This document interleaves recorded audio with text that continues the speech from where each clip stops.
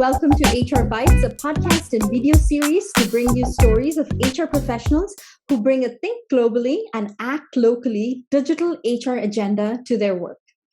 Everyday people who are driving digital transformations in their organizations, data-driven and future-fit digital HR leaders.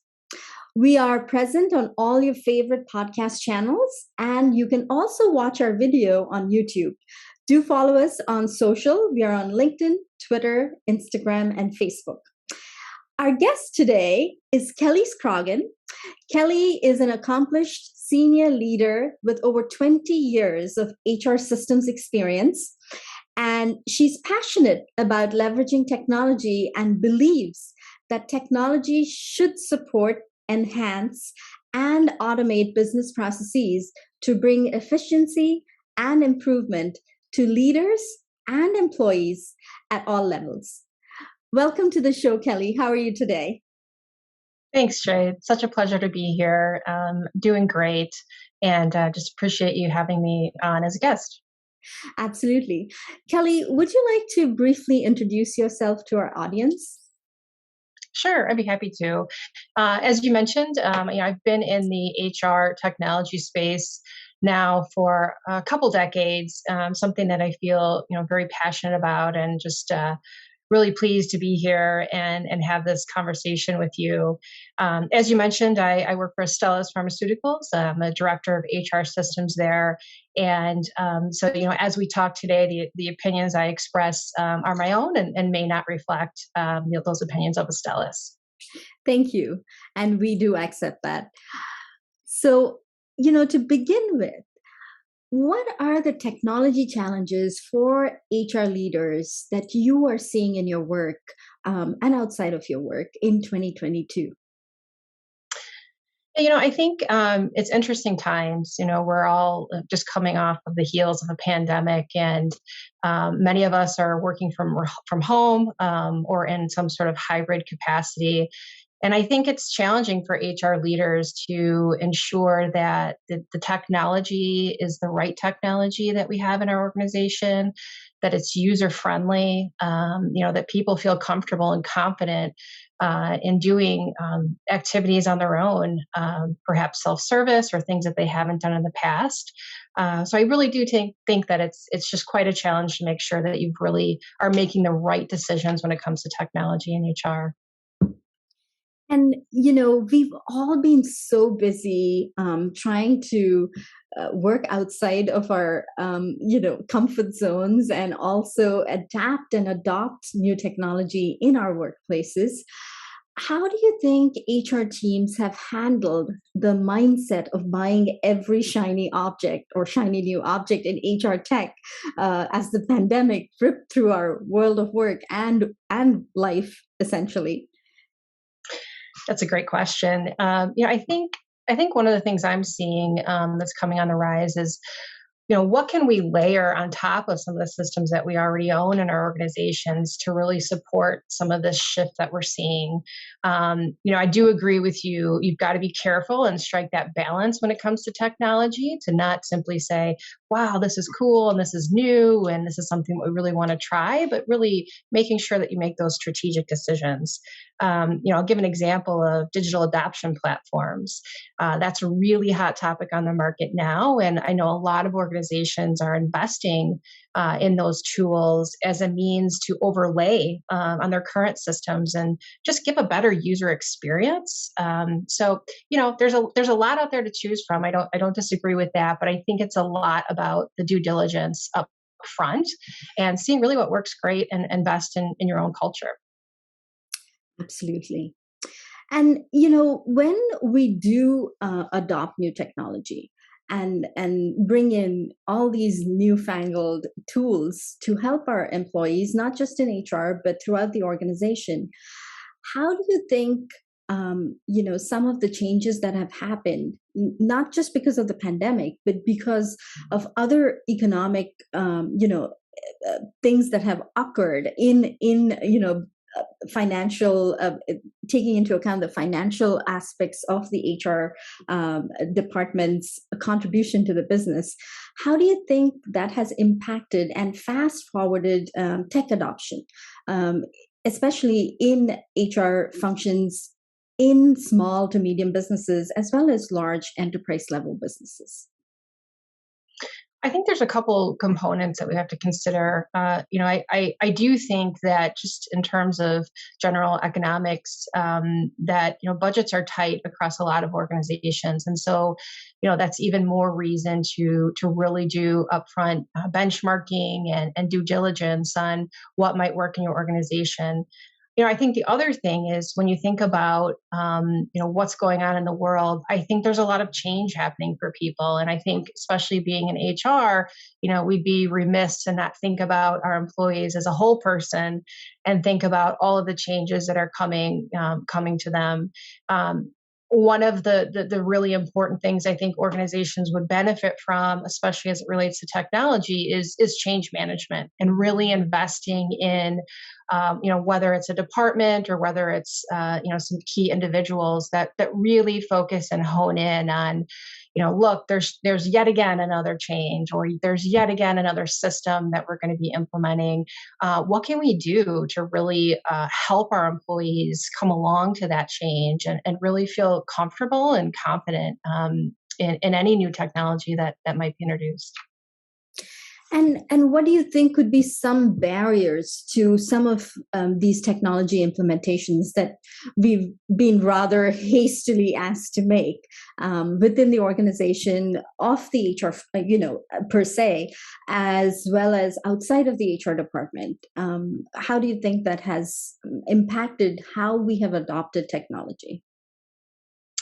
I think there's several ways you can look at that. I think that for me personally, I really like to leverage what I consider outside counsel. So that there's organizations out there that that really focus in on what's trending in the market, how are employees responding to those trends, and they look specifically at technology and various systems. And I really think that that's an advantage for HR leaders to have, is that ability to consult with folks who have perhaps been there before us, and can share, best practices, lessons learned.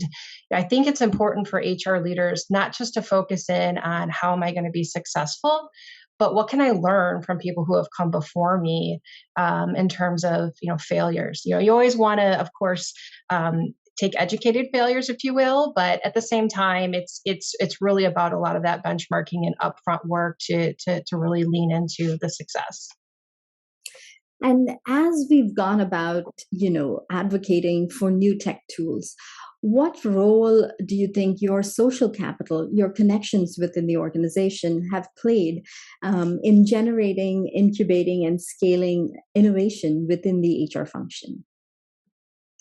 I think it's one of the most important aspects, to be frank. I think that I always like to say you never want to be the smartest person in the room, and so you really do want to connect with folks you admire, with other leaders, either in your own organization or even outside. There's various when we think about technology today, there's various channels, for leaders to do that. And I just think that it's that personal touch, right? We're dealing with technology, and there's always that outside of the technology space. What can we learn from others, especially those who have come before us in technology? So that's a good segue into my next question. What's one piece of advice you have for our HR colleagues who are looking to adopt or learning new technology? I think it's about preparation. I mean, I think if you're on the side of being an HR leader who is a decision maker and who, is able to bring on new technologies or new systems, I think it's about being prepared. I think there's a level of taking appropriate risks and, being ambitious. And I think that that's always a value that you want to have and really hone in on. But at the same time, there's that preparedness and really connecting with others, learning as much as you can, benchmarking. What is my organization already doing well based on the data, making those data driven decisions, and what maybe not be doing so well, and really making kind of the key decisions based on that information. Absolutely. And, as we've moved into this hybrid workplace, there's a lot more of our employee population who works from home now than prior to 2020. How do you think we in HR should be handling this new workplace, and where some of our employees are really not able to come into the physical work location? What are some of the ways in which we can not just create policies, but make this a people first kind of approach and mindset to this new workplace? I think we're all learning, and that's is maybe one of the first things I'll say. I think that, having said that, though, I think we've come a far way. Uh, there's always, all of us are sort of in this technology space as it relates to HR, but you really do always want to put, the employees and the people first. And, things as simple as having focus groups, or, various discussions with leaders and others within the organization, really listening. What are some of the struggles that folks are feeling? Is it with the technology of being home? Is it feeling disconnected from others? So there's technology that can support some of those things. Just like you and I are on a Zoom call now, we're able to see each other. It's some of those things we just simply take for granted, since we've been through this pandemic, and things have changed. So I just think it's about keeping a pulse on how people are really feeling, and really keeping that check in. And that's a great word that you just used, the pulse, right? And we've tried to collect data during this entire time, on how we can leverage data and kind of derive insights from the data that we've collected over the past 2 years. How do you think we should be approaching HR data and metrics in the now of work? Well, first I'll say, I think that we need to make data-driven decisions. I think that we should rely on the data that we're seeing, and the inputs that are coming to us to help us make the right decisions for the organization. And what that means is that it puts analytics, sort of front and center. And I think it's valuable for organizations to really ensure that they've got a strong, robust analytics model, so that there's meat, if you will, behind the decisions that we're making, that we have, concrete evidence that, whether we bring on a new technology or whether we make some sort of business decision, that there's, some value and reasons behind the way we've done some things. I think it's a really important aspect. Wonderful. So that brings us to the funner part of our conversation today. It's the question connection round. And I'm going to ask you some rapid fire kind of questions, and if you could respond to them as the responses come to you. So, who is one person you've gained in your network in this last year that you think more people should know about in the HR tech world? Question. So there's somebody that I recently started following, Adam Grant.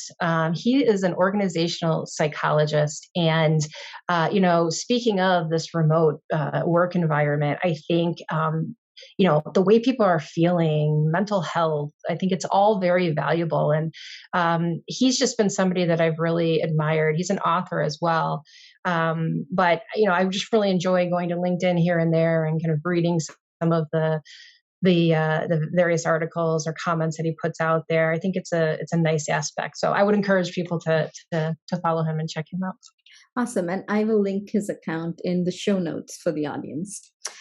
What's a favorite HR podcast or HR book that you would recommend to our audience?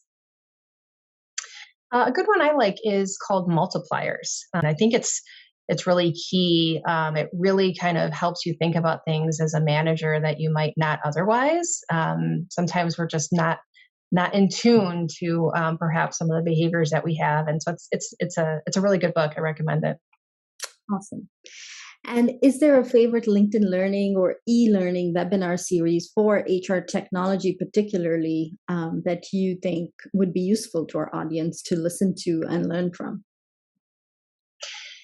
Yeah, I don't know about a particular e-learning series, but one thing that I've enjoyed researching as of late is artificial intelligence as it relates to HR. I think that technology has come a long ways, and there's various levels of AI out there that can really help and support organizations if it's done the right way. So I think that's something neat for folks to look into. I've enjoyed it. Wonderful. And how do you enjoy giving back to the HR community? I know you take part in a number of volunteer activities within your organization and outside of it. But is there one specific way you enjoy giving back to our HR community?